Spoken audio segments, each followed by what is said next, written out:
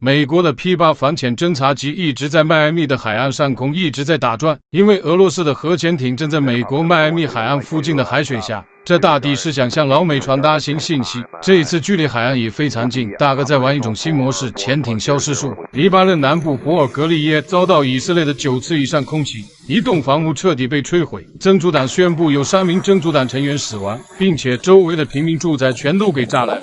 以色列无人机又袭击了黎巴嫩西部海岸城市提尔市，一辆汽车遭到暗杀，汽车司机幸存下来了。真主党使用伊朗制造的一架无人机飞到了以色列的海法城市上空，拍摄了长达10分钟的威胁视频。这以色列被啪啪打了眼呀！以色列称他们发现了这架无人机，但没有向其发射拦截导弹，是因为担心引起定居者的恐慌。这理由找得有点荒唐了，并且以色列称真主党发布了视频，造成了他们严重的心理伤害。以色列无人机又袭击了叙利亚境内的库奈特拉和德拉地区的2个军事基地，导致1名叙利亚军官丧生。黎巴嫩真主党发射了大量的火箭弹和无人机袭击了以色列西部城市纳哈里亚，紧接着又发射了一批火箭弹袭击了以色列东北部梅图拉和谢莫纳城市。有火箭弹已经击中了谢莫纳城市，加沙地带凯雷姆沙洛姆遭到哈马斯的5枚火箭弹袭击。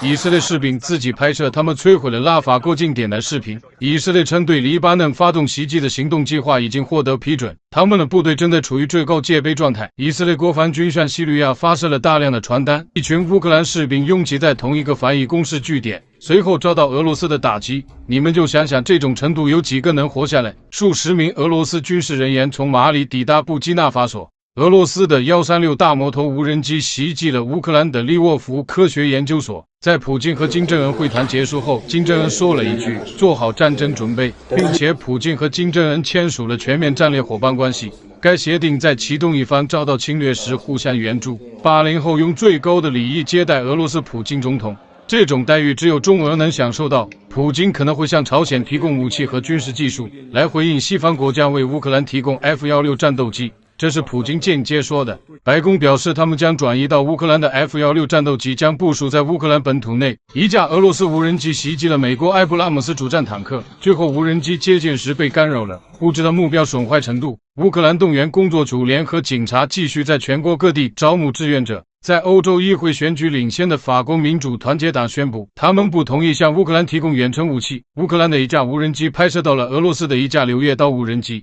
最近双方都在把无人机当作防空系统。大俄的无人机飞手在后台操作无人机。俄罗斯发现了一辆乌克兰的手雷车，他们将用于回收研究。偷种乌克兰 T-60坦克向俄罗斯政体投降的乌克兰公民已经获得了俄罗斯公民身份。法国护卫舰在红海护送一艘船只时，遭到胡塞武装的袭击，随后发射了1枚拦截导弹，击落了一架无人机。外面称，咱们的2栖运输船坞登陆舰抵达了吉布提港口，咱们看后续。